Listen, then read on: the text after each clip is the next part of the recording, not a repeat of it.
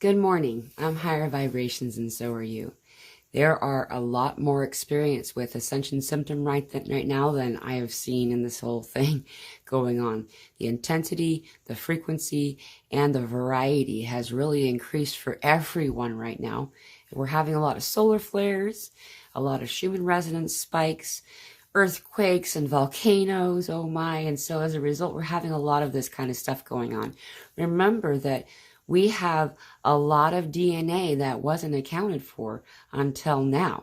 They used to call it junk DNA. Remember the teaching in school, the 90 to 95% of your DNA is junk DNA? It's funny how many people have forgotten that because we've all gotten used to the fact that it's dormant DNA now. You know, we've always known that before, or many of us knew that before, though we weren't being taught. Anyway, so now this dormant DNA is coming out of dormancy. And as a result of this, we're finding ourselves having a lot of symptoms as our body recalibrates, realigns, and balances to all this new stuff that's coming in. And so that's really what's going on.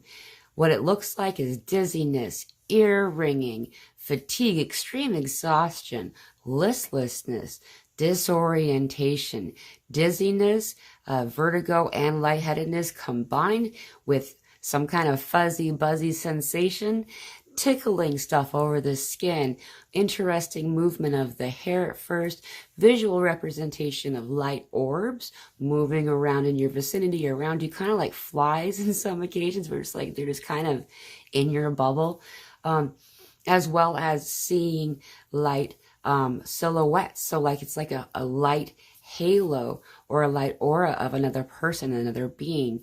It's just faded, but you could see that there's somebody there. Just there's not a person inside you're able to see right away.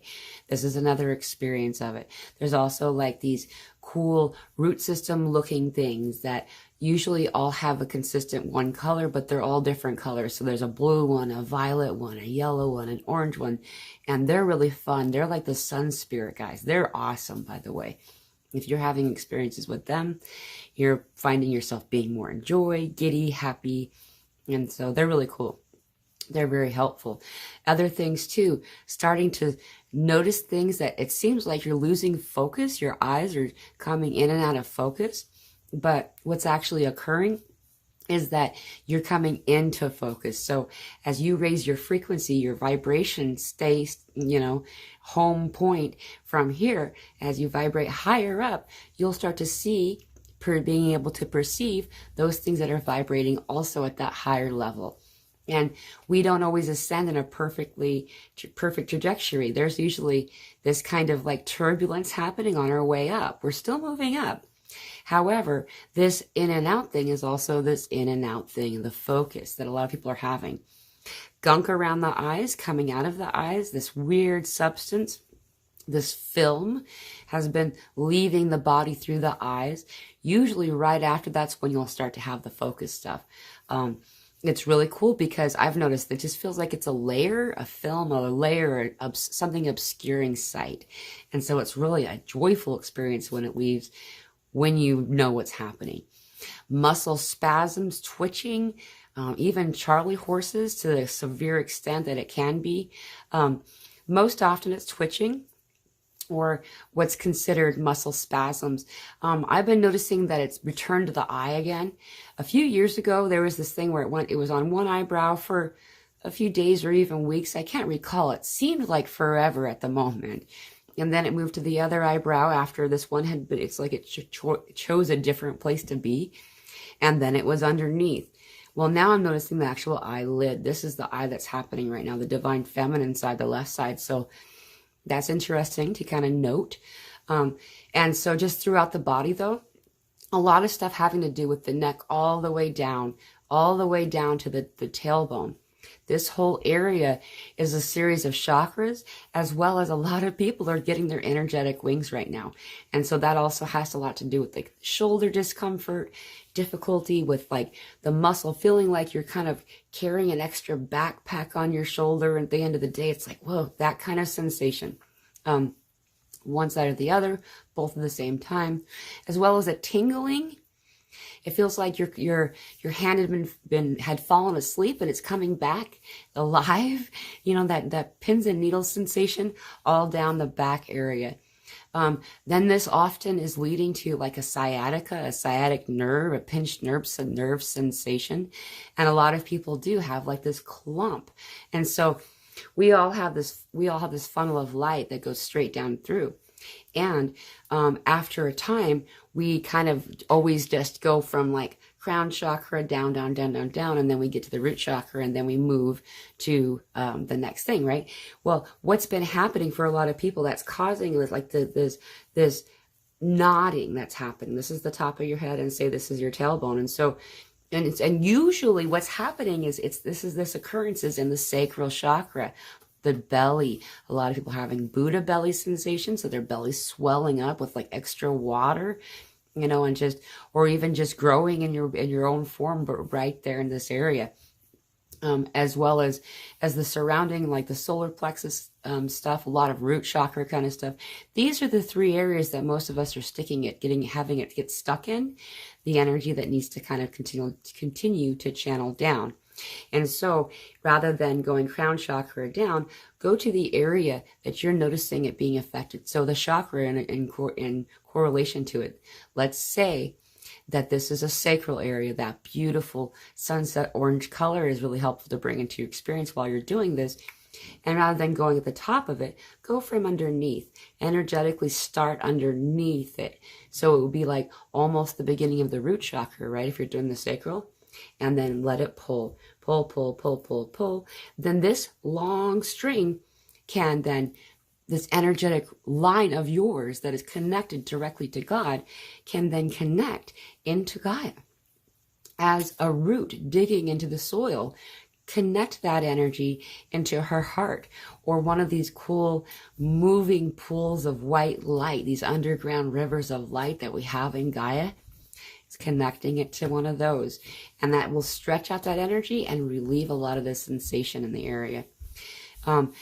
There's a lot of throat and heart related stuff that we've been talking about for a little while, and that's kind of been brought up again. This topic is like needing to be addressed a second time, or whatever, however many times it will need to be.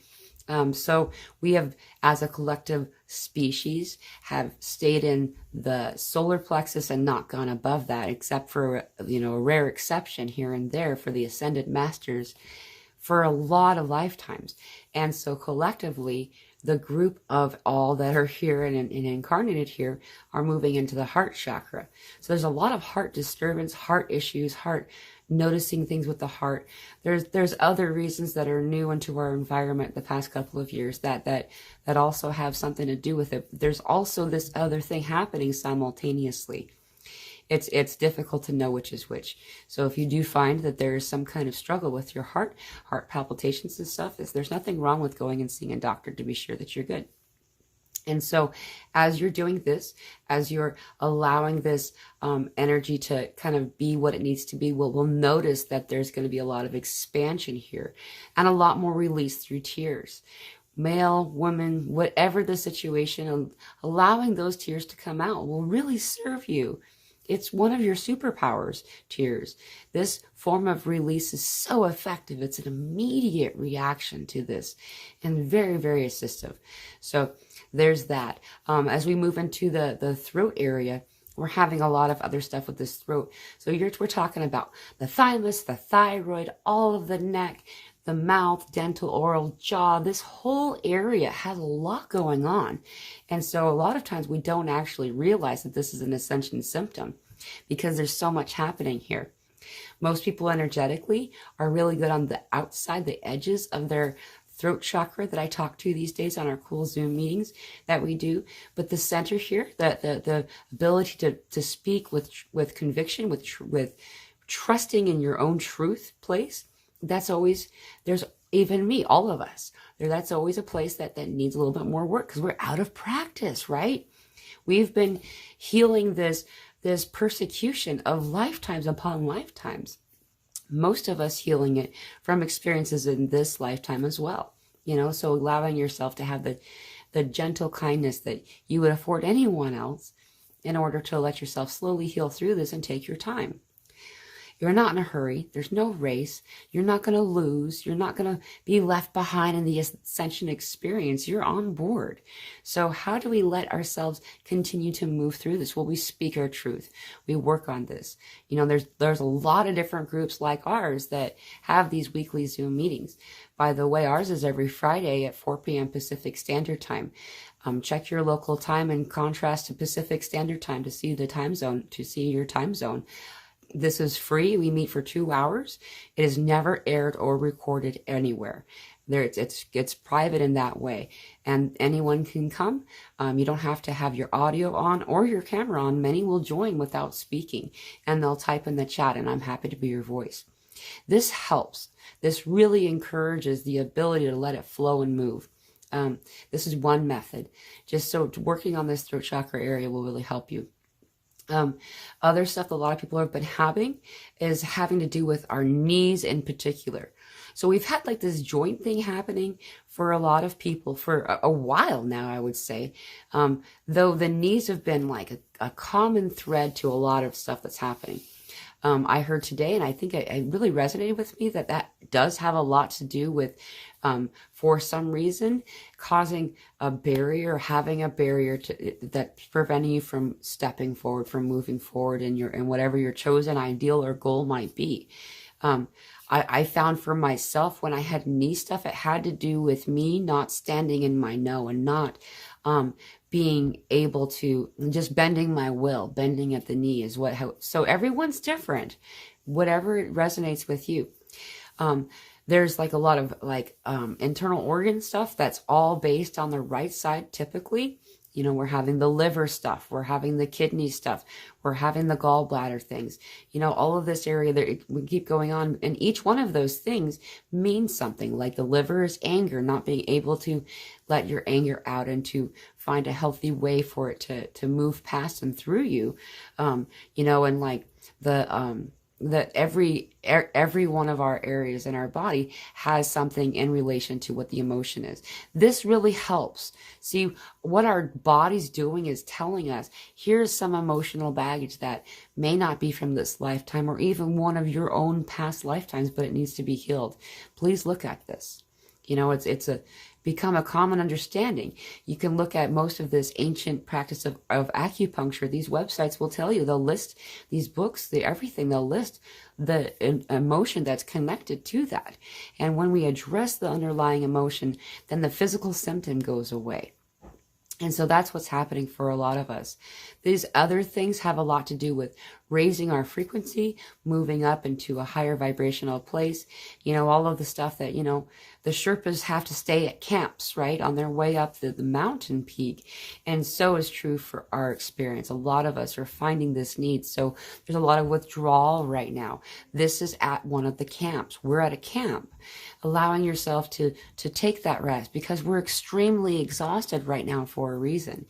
You know, taking at least 5 minutes of meditation a day, even if that's done in the bathroom or in the bathroom stall at work, you know, allowing yourself to just breathe in through your nose, straightening up your posture so you can align your chakras, breathing in the light of God, and then breathing out that which does not serve you.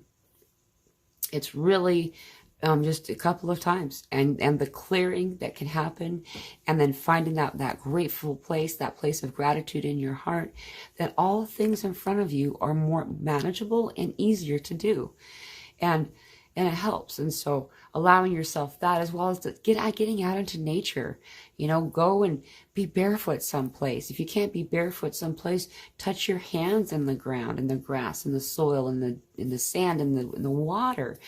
Ground in the water. Taking a lot of Epsom salt baths has become one of my main things I do.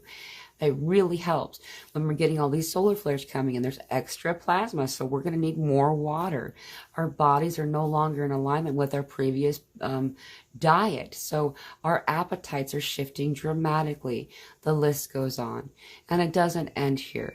However, knowing that all of these things are temporary really does help, and that you're not alone, that you're here with so many of us doing the same thing with you. I'm sending you so much love. You got this. Thank you for your service. Aho blessings.